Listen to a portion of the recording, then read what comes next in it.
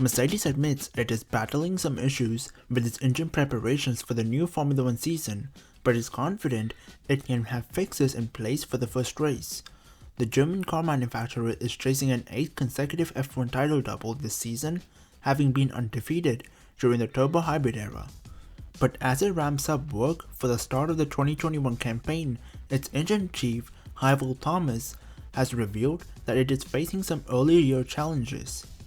Mercedes is no stranger to facing dramas in the preseason build-up, and 12 months ago, its then engine chief Andy Cowell admitted that the team was facing troubles in its preparations for the new campaign.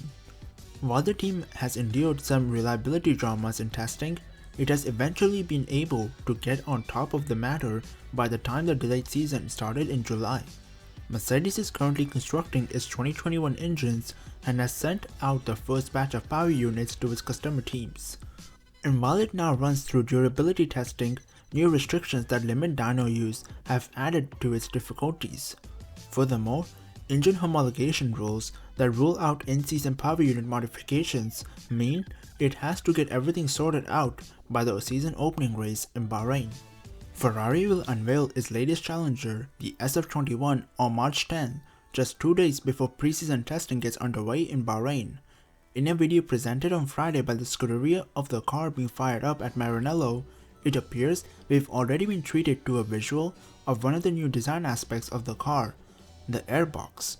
For the last few years, Ferrari has used a trapezoidal shape for the airbox and roll hoop, but the video of this chassis shows a more oval design, which is much more akin to what the team used during the 2017 and 2018 campaigns. This design reversal is likely a response to the team looking for the right balance between cooling and aerodynamics with the redistribution of the various radiators and coolers housed within the side pod and around the power unit being implemented for 2021. Over the last few seasons, Ferrari have preferred to have the bulk of its cooling in the side pods, going as far as to use a sandwich arrangement last year, which is thought to have resulted in the SF1000 considered too draggy.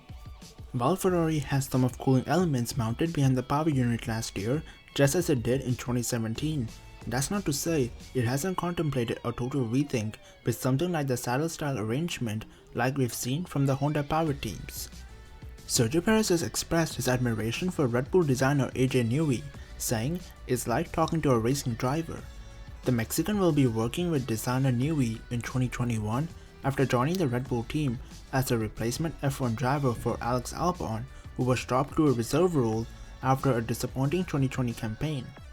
As part of Perez's initial tour of the Red Bull factory complex in Milton Keynes, he stopped off in Newey's office, where the 62-year-old still does much of his work with a pencil and paper rather than using the much more modern CAD system.